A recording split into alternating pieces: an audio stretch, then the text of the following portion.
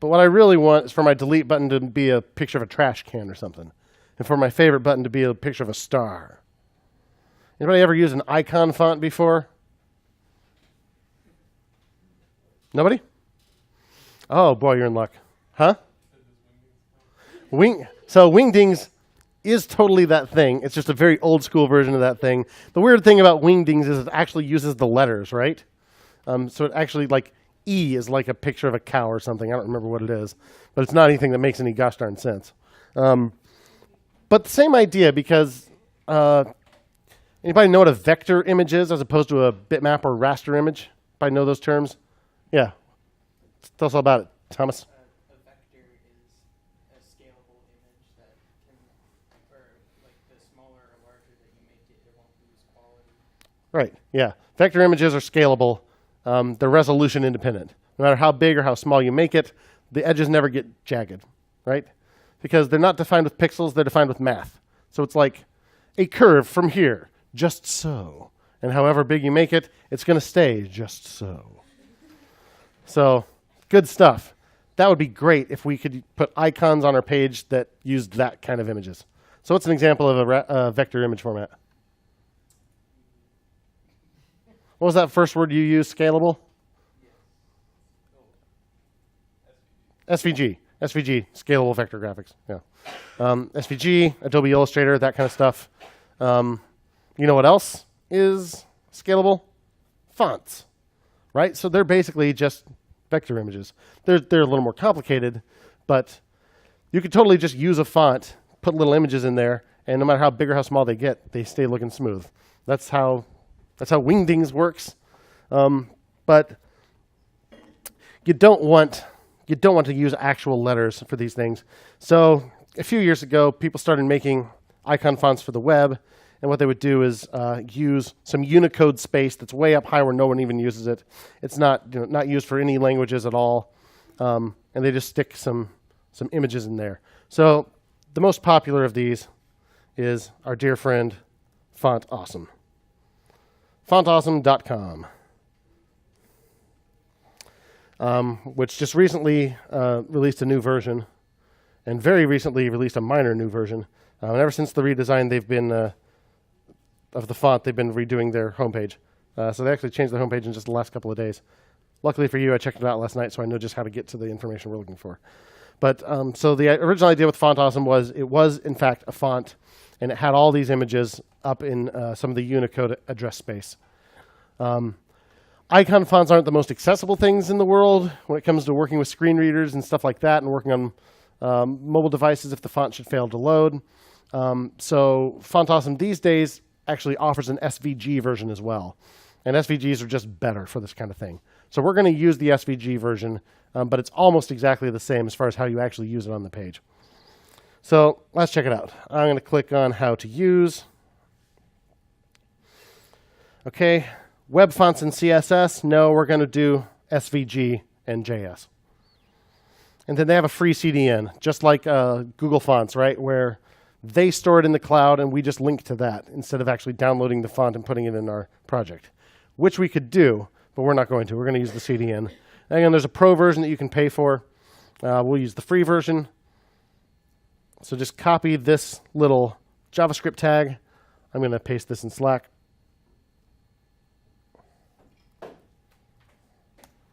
And we will actually stick this in the head of the document. This does not need to wait for the DOM to be loaded. Just stick this really long script tag in the head of your document, and Font Awesome is available.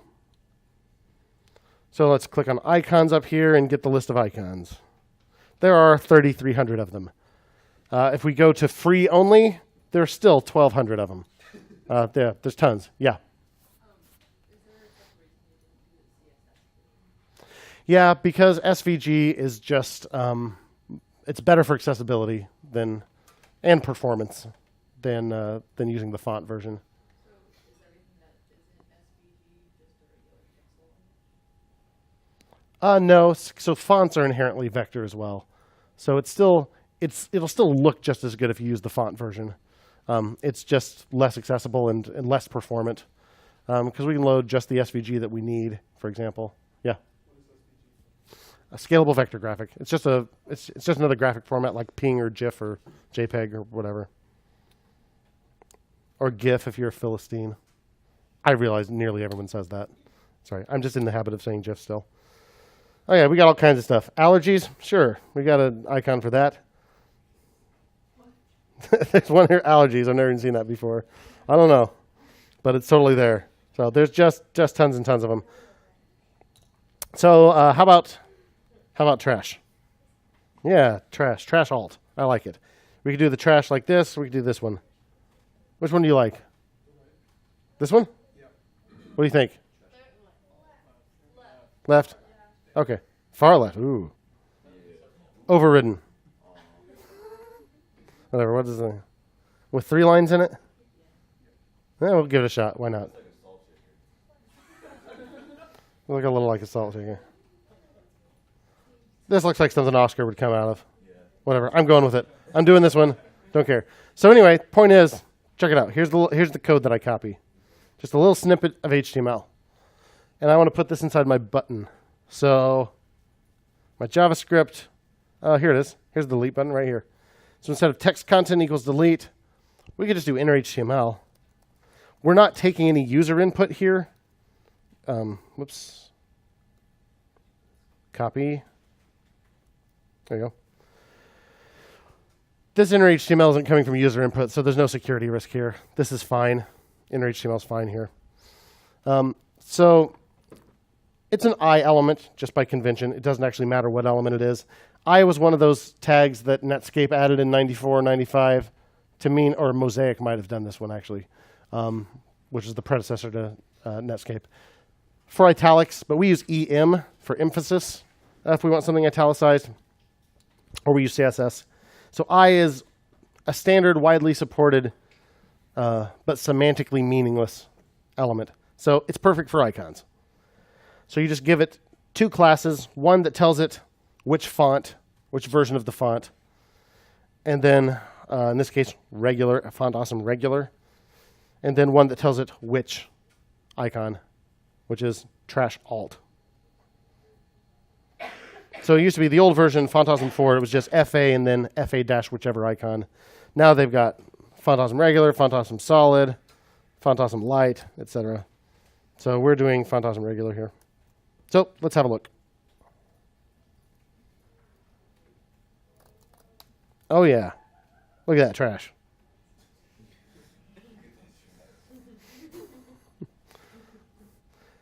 And if you actually inspect this, notice it's actually an SVG.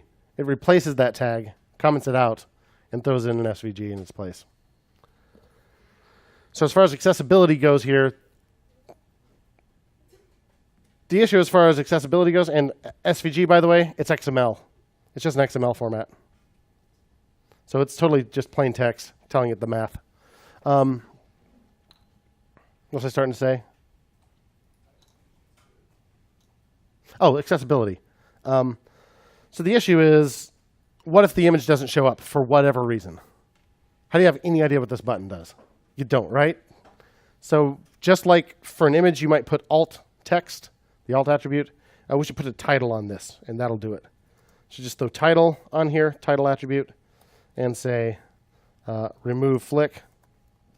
And that's what will show up if the image doesn't load for whatever reason. And the way Font Awesome does this on the SVG version is it puts a title on the SVG. It just does it automatically. Title. Remove flick. Which will show up even if, heck, even if SVG isn't supported. Probably. Cool. So how about the favorite button? Let's find ourselves a nice star.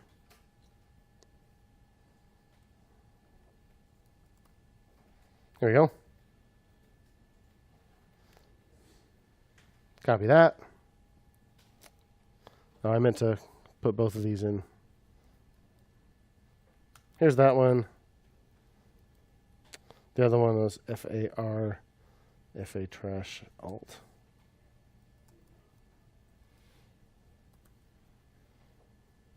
Okay, now they're both in Slack. delete button, favorite button. Here we go. So instead of text content equals favorite, inner HTML equals this.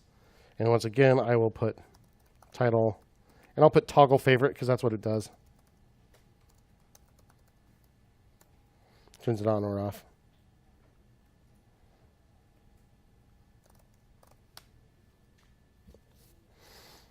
Ideally, it would actually say which one it is, because of course they can't actually see the background color, right? So now we got a star and we got a trash can. Cool stuff, yeah. Is it possible for you to change the star to a white instead of the black? Oh yeah, totally. I actually have a style in here to make it black because I did that on purpose. So here we go. Button fave, color is black. Change it to white. Yep, I just had a CSS rule.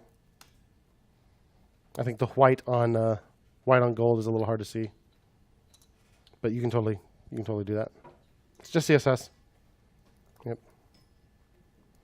Maybe it looks funny having one of them a different color than the other. Choo choo. Is there a way to prompt it to make it so you have to inner flick anchors? Say that one more time. Is there a way to I know Oh, up in the form? yeah.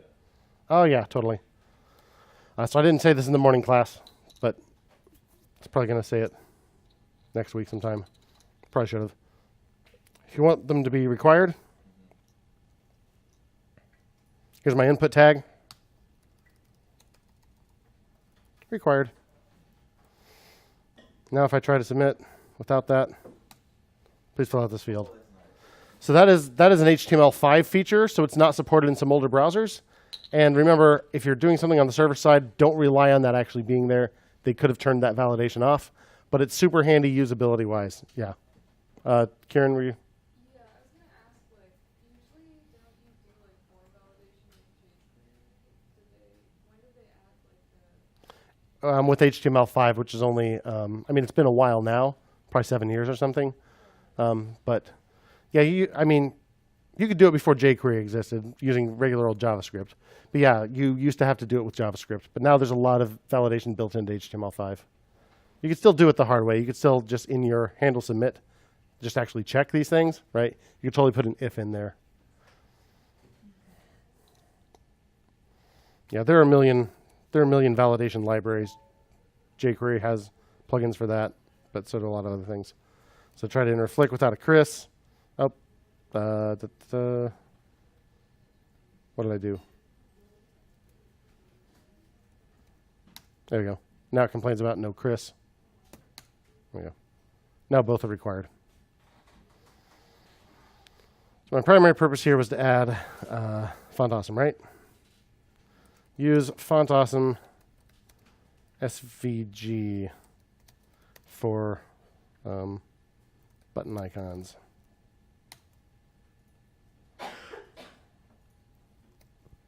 Questions? We cool?